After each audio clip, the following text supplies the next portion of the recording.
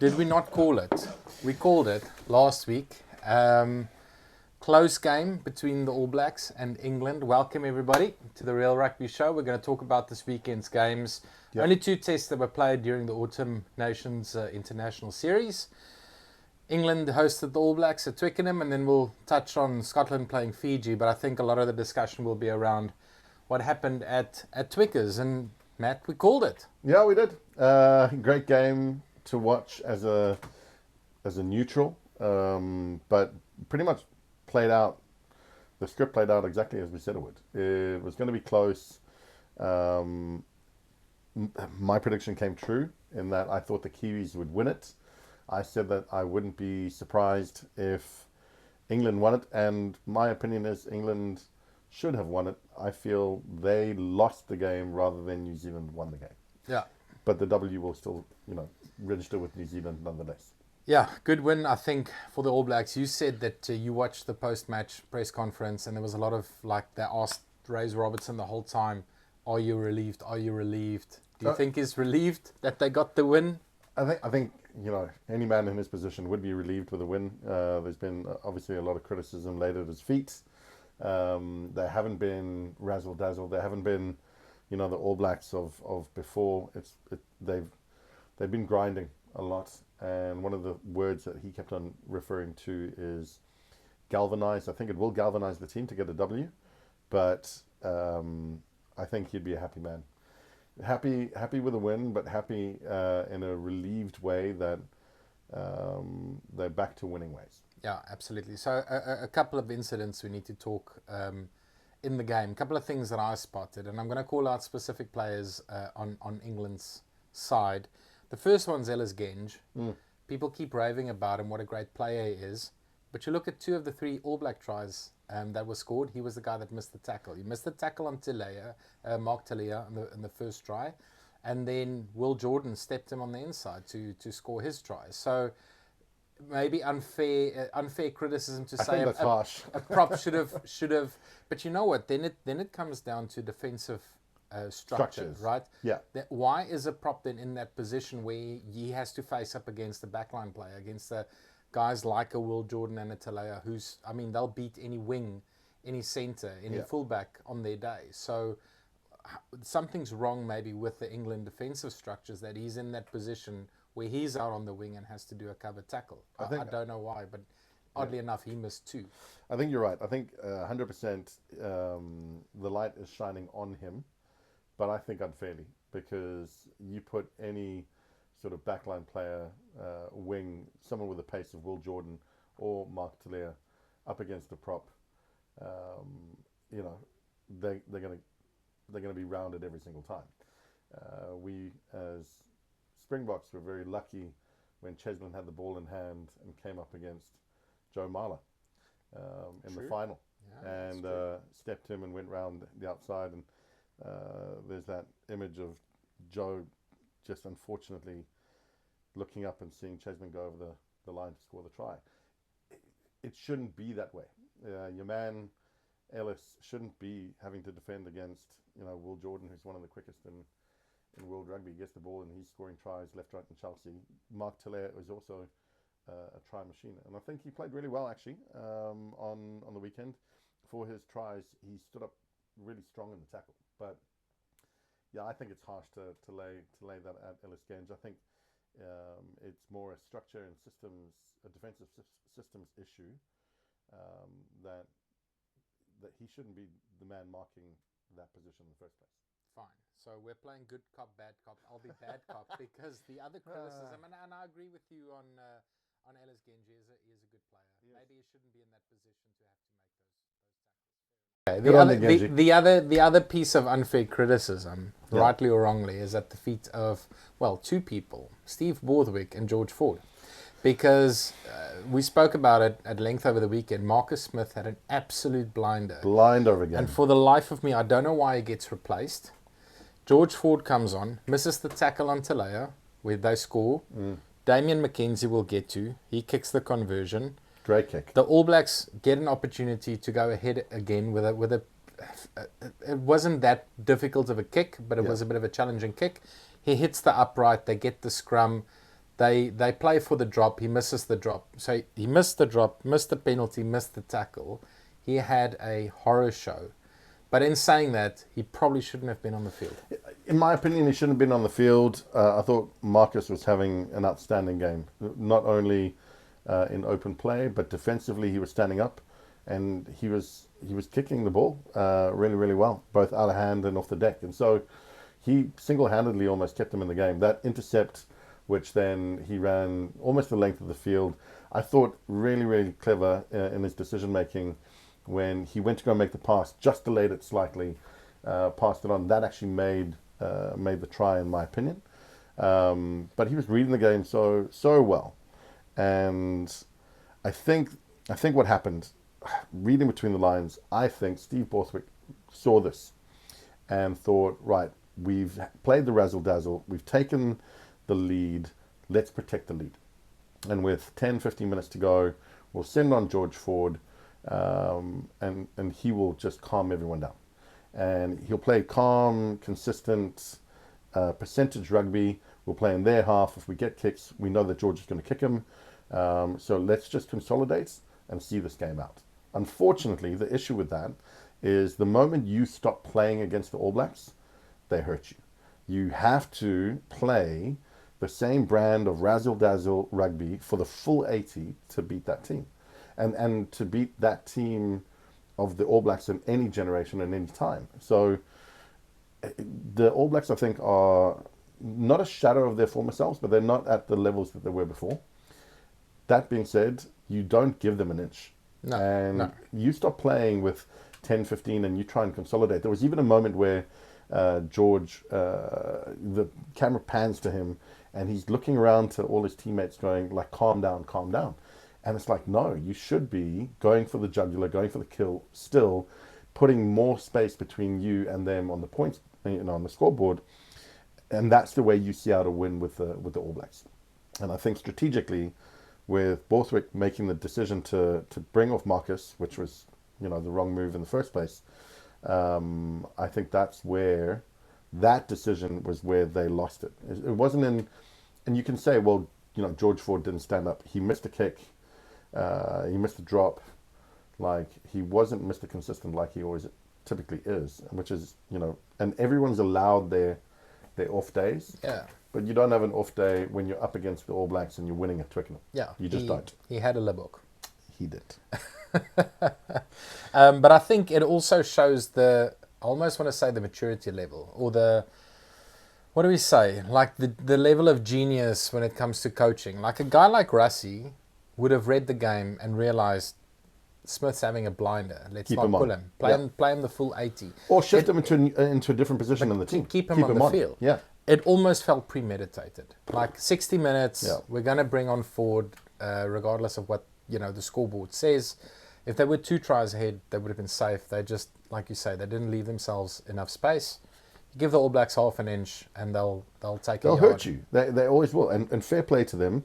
They got an opportunity, and they scored the try. They put some daylight between them, just a little bit, and they managed to see the game out. That's what differentiates good teams from great teams, is how you perform under pressure. Yeah. Right. And I think, we spoke about Ford, not really his fault, I think, but again, Harry Randall coming on, not the first choice scrummer for England, but he's highly rated in England. Yeah. And he actually has 2 shocking passes. From the scrum, where Tuipulotu knocks, was a shocker of a pass to Ford, puts them under pressure, they lose 10 yards, where they could have been on the front foot, and then again, the pass for the drop, it was high, it wasn't accurate, it just gave the All Blacks that half a second to put some more pressure on Ford, and they put him off enough to miss the drop. Yeah. So accuracy under pressure, I think that's the big thing, is how do you, everything that you've done up until that point, how do you do it in the last minute when the pressure's up? BMT. That's it. Right? You sent me a message after the game,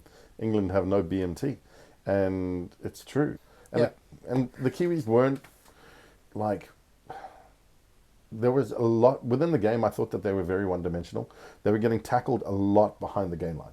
The England defense was actually super strong, and this is again the kind of confidence that playing in front of a crowd at Twickenham, they were up for it.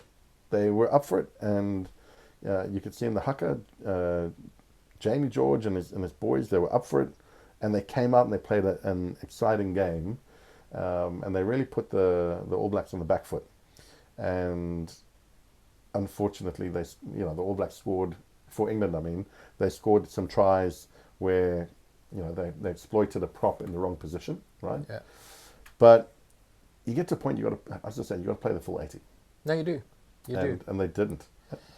But they did show how you beat the All Blacks. There's some Frailties. There's some rules in life. There's some basic rules in life. The earth is round, the sky is blue, and to beat the All Blacks, you've got to make them turn around and put pressure on them. It's always been like that. Since the dawn of time when New Zealand's been playing rugby. If you want to beat these guys, you kick behind them, you make them turn around, and you put immense pressure on them. And England did that really, really well. They smothered them for large portions of the game. Okay, they still scored 3 tries, but they were very smart at exploiting those frailties and that lack of defensive structure. But yeah, I tend to agree with you. I think they brought Barrett back. He didn't offer anything different than McKenzie. We were we were big critics of Damien McKenzie. He came on. I always believe that he's a bench player. He's an impact player from the bench. That's where he plays his best rugby. Came on, got the kick, which we have to give him credit for. It was an amazing clutch kick under pressure. Yeah. But I think Razor Robertson cannot get Richie Mo'unga back in New Zealand from Japan quick enough, because that's the one position that they need some real leadership and guidance. And they're just a different animal with someone like Mo'unga, running the show. I don't even think that Beauden Barrett is at the same level than he was 6, 7, 8 years ago. Bodie's good. Like, I thought the backline played better with him in 10 rather than D-Mac. And little touches of brilliance. The inside pass to Will Jordan on the inside switch to make the space for him to go around Ellis Genge was, a bit of class. It looked effortless, and again shows the class of the man in that 10. But what I mean by one-dimensional, they just looked like they were playing sort of channel 1 ball, one pass in, and like the breakdown, they were getting tackled behind the gain line and having to, again, on the back foot, like you say, having to regroup. They just seem to be going from left to right a lot of the time, which is not normal of an All Black setup. And I think I got to about the 60th, 70th minute, and I was like, oh, Rico Yuan is actually on the field. Like, he did nothing the whole game. Absolutely. In saying that, all the criticism, we've been critical of the All Blacks this year because just our expectation of them is so high. We think that they are a quality outfit, and they just haven't been firing. They always are on all cylinders. Yeah. So all that criticism aside, still a good win away from home at Twickenham. It's not an easy environment to go and win. But this and is England were backing themselves, right? But this is my point. So I watched the Steve Borthwick and Jamie George interview afterwards, and Jamie George was saying how proud he was of the boys. And I understand, as captain, you need to say that, okay? And they did play really, really well. But they'd be hugely disappointed, I'm sure, because this is an opportunity missed. It was there for the taking. It was an opportunity missed. And it was literally, they snatched defeat from the jaws of victory. Before we move on, a couple of standout players for me, I think, on the England side was Cunningham South, who now seems like he's the guy that's going to replace Courtney Laws long term. He had a cracker of a game. Ben Tom Curry on flank, and Earl at number 8. I think the Lucy's played really well. They were really dynamic, and Ben Earl specifically, because he's been criticised because Jack Willis played so well during the Premiership, and people are just want him in the England side. He didn't even make the squad, so there was pressure on him to perform, which I think he did well. And then Faiwa Boso on the wing. What a dynamic player! He's awesome. Try scoring machine. He's in the Premiership. He's also dynamic as well. Like, really, he's a tank. Solid, runs hard. Put the ball in his hands, and he's got a he knows who the try line is. So really good play. Talking about Lucy's, easily my front runner for World Young Player of the Year, Rookie of the Year, is Wallace Atiti.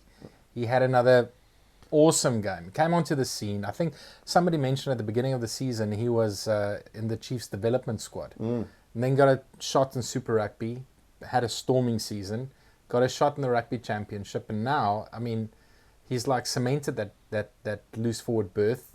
It doesn't look like he's going to, lose his place. And he should be a young player of the year, I think, at the end of the year when they do the announcement. Amazing player. I think he got the man of the match, didn't he? He was man of the match. Yeah. I saw Razor Robertson talking about him afterwards and giving him his fair dues. But to talk about his talent, for a loose forward, he's got an amazing step on him. He's got the ball skills of an NBA basketball player. That offload in the tackle to set up Mark Telair to score in the corner. Just like I said it before, he's got obviously the build of a loose forward, but he's got the hands of Sonny Bill Williams. Yeah. And if you've got someone who can offload in the tackle as amazing as he can, but also who can spot gaps, break tackles, makes outstanding runs, and has a really good step on him to create the space, it's almost like a complete package. So how he wasn't sort of progressed more naturally and was almost plucked out of obscurity earlier in the year into becoming this beast of a human that he is now, fair play to him. He's taken his opportunity and he's grabbed it by both horns. Yeah. So where to from here for England? Their next game is against Australia, again at home. The All Blacks play Ireland on Friday, which is going to be probably the game of the weekend. Humdinger. I think that's going to be a humdinger of a game. Yeah, for England, your question, I think they get an easier run out, right? So do they get the opportunity to right the wrongs of losing the grip on a winning game against the All Blacks by beating the Australians? I think yes. I think England, on the basis of how they played against the Kiwis this past weekend, will win this weekend coming. What I saw from Australia this year is not very encouraging. No. I think England will smash them, 15 plus points. I think it'll be a big score, which sets it up very nicely for the week after that when they play us and we bring them back to earth, right? That's the whole idea. Is we give them one little win, right? Correct. And then we just show them who's boss. And then the All Blacks play Ireland on Friday evening, which is it's a nice wee kickoff to the weekend. I think it's at 8:00 on Friday night. So nice finish to the working week. Get in, get home, get changed, and get ready for some outstanding rugby. So that'll be a humdinger. Pick a winner, Matt. That's what we're waiting Yeah. for. That's what we're waiting for. Who's winning that? It's again gonna be a really close game, but I think I'll pick Ireland. I also pick Ireland, and well, it's when we say close, it's very debatable. I think it's going to be Ireland by 10. Wow. Okay. I don't think it'll be that close. I don't think it'll be that that broad of a game in terms of the scoreboard.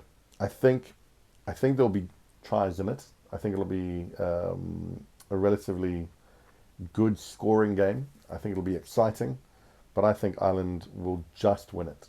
Last week I said if New Zealand's going to beat England, they've got to play out of their skins. They didn't really. They just won. That's what happened. But to beat Ireland, there can be no margin of error. They've got to be on top of their game, play a faultless game, and we'll see what happens. But I'll still pick the Irish to win. Absolutely. The only thing I think I would say in this is that the All Blacks are now game ready. So they've had 2 games on the trot. They're match fit. The Irish boys have been playing in their respective teams and the like in the cup competitions, but they haven't had a run up, and so this will be their first game, their first international of this particular series. And will they be already humming? I don't think New Zealand are humming, right? They're purring. They I don't think they're purring either, if I'm honest. They were they were one-dimensional throughout a lot of that Okay. game, like I say. So That's a fair point. So I'll go Ireland by 7. I'll be a little bit more conservative. I'll But say- I think it'll be more than one score. so okay. So I think that's conservative, but within the kind of realms of what I'm thinking. So Okay. Ireland by 7 is good. Right, so 2 Northern Hemisphere wins we're picking for the weekend. Looking forward to the Bok game. Let's quickly talk about Scotland. They had a run out against Fiji. We said 10, 15 points because you never know with Fiji, what sort of team's going to pitch. They were very competitive in the World Cup. In saying that, they beat Australia and then lost to Portugal. So you never just know never what you're know. going to get with Fiji. And unfortunately, they didn't pitch. They didn't pitch. There were moments of brilliance. A couple of the tries that they scored showed that they can, get the ball over the line, but they just didn't. They didn't pitch up. I know our Scottish friends out there, the one or two that watch the channel, they're not going to like this comment, but you can almost see a South African influence you can definitely see a South African influence in Scotland because they've got Duan, they've got Hugh Jones, but the way they play Scoreman. is so reminiscent of what Glasgow is doing under Franco Smith's coaching. Yeah. They play a complete game. They swing it wide. They're very creative on what they do in the back line. We saw that little kick from Hastings to Darcy Graham. Who played well. Who played really well, scored 4 tries. Yep. It was good to see him back. But they're very inventive in the back line. And it's very, very reminiscent of what we're seeing from Glasgow, who's really playing decent rugby in the URC. Yeah. They obviously, as we've said, they won it last time. Exactly. They're challenging at the top this time round. They play good, consistent rugby, good in the forwards, good in the backs, and they're not afraid to swing it about. Yeah. And have a go. And if you've got a really good kicker that keeps you in the game, and Hastings kicked really well from all angles of the park. He did well off the deck, but again, as you say, out of hand. The vision to spot the opportunity outside, put onto the foot, and then skeptical whether that was a kick, Wasn't convinced. but they go on to score a try. You need to have the vision to be able to see that in the first place, and he did. So fair play to him. But yeah, they do have a South African flavour about them. Absolutely. So Darcy Graham scoring 4 tries. It'll be interesting to see if he retains his place or if they bring Carl Steyn back. But To play a bit more South African flavour. a little bit more, obviously. But try of the day has to be Duan van der Merwe. Beautiful try from set piece. The Flick outside the backhand back. pass from Hastings to Hugh Jones in the gap, and he swings it to Duan, who scores in the corner. And hopefully, by all rumours and accounts, we'll see more of that in Cape Town next year. Yeah. If the rumours are true, your man will be putting on the Stormers jersey. It's going So to be interesting to see. Where there's smoke, there's fire. where That's there's all I smoke, can there's say. fire. Correct. Yeah, so good win for Scotland. I almost said Glasgow, but for Scotland on the weekend. Wouldn't be wrong. Can they beat the Boks? That's the big question. So I'm super excited to see the team that Rassie's going to pick Yeah. for the Sunday's game. Do No. Scotland have enough firepower? No. Okay. I think they'll be, again, like everything that we've said, when the big boys come to town, you want to get a scalp. And I was watching the Good Bad and Rugby, and Tyndall was saying that when the All Blacks come to town, that's the scalp. This is obviously prior to the game happening on Saturday. When the All Blacks come to town, that's the one that, as an England player, that you wanted to get the W on, because it's such a valued scalp to take.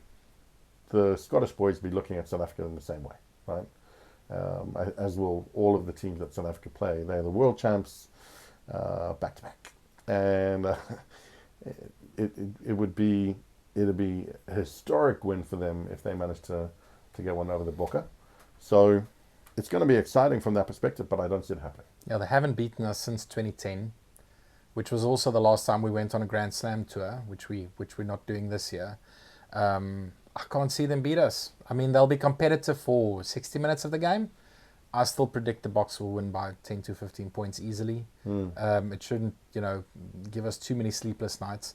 I'd be more interested to see the team that Rassie picks. There's some key positions, like do you go with Pollard, do you go with Libbok? I've read that, and we haven't seen the team, he hasn't announced the team, but guys who didn't make the squad initially are maybe penciled in to start, like a Wilco Low and like a Cameron Hanekom. So it'll be interesting to see, do they make it into the team? And that's the piece that really excites me, is what combinations Rassie going to go with, and then how many tries are we going to score? It's going to be interesting. I think Scotland will be good value. They'll stand up initially, but I think our class will prove a bridge too far to overcome in the end. Okay, box by how many? I've said 12. 12, I'd go 15 to 20. Okay. Yeah, I think it'll be A drumming. I think we'll smash them. Okay. Other games on the weekend that to look forward to: Argentina, Italy. That should be a good one. Italy are punching above their weight. They had a very, very decent Six Nations. Yeah. Benetton's playing great rugby in the URC, and I think they've got 11 or 14 players in the national squad. Argentina has beaten New Zealand, Australia, South Africa for the first time ever in the Rugby Champs. I mean, it's a juicy little game to watch. It's a juicy game to watch. I think there's going to be little battles across the field, but both teams are, I wouldn't say coming up. I think Argentina have played exceptionally well this year. In my opinion, Argentina should smash them off the back of that. But again, Argentina can sometimes be, you don't know what type of team is going to pitch up on the day. And as you say,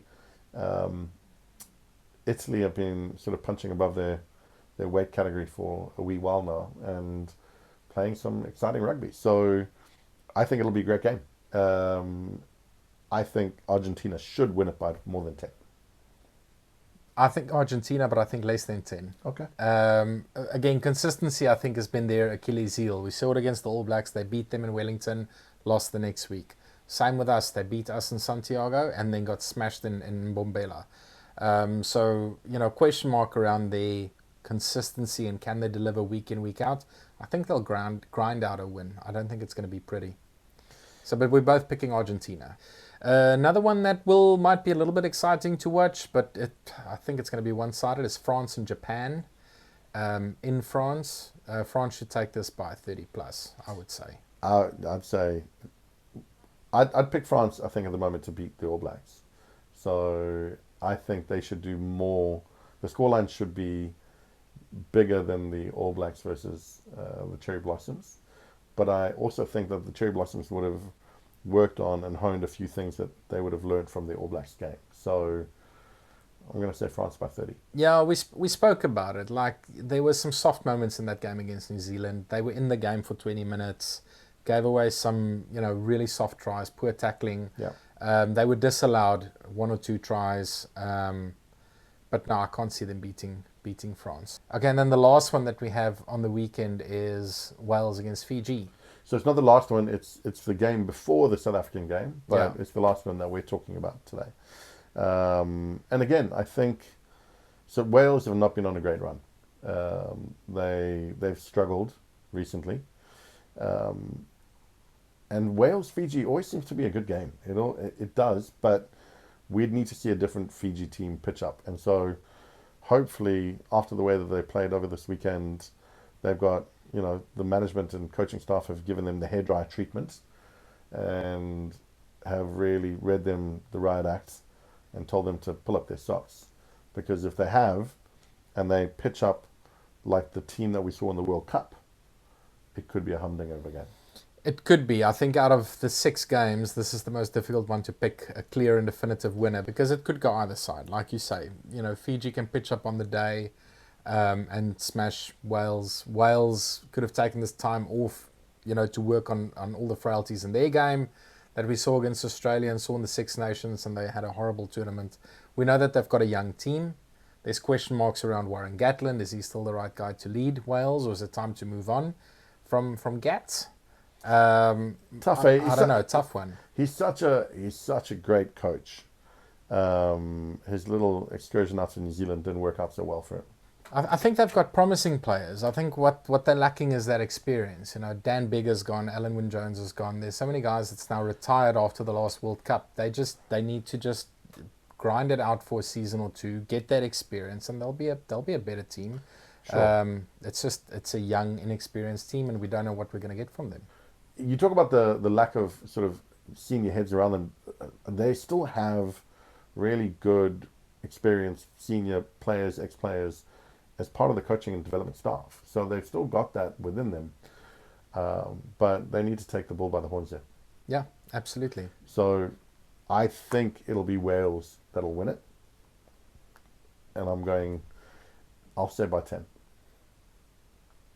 Yeah, I think Wales will sneak it. I think by less than 10. It's going to be really close. So I've said Wales by 10, and you've agreed less.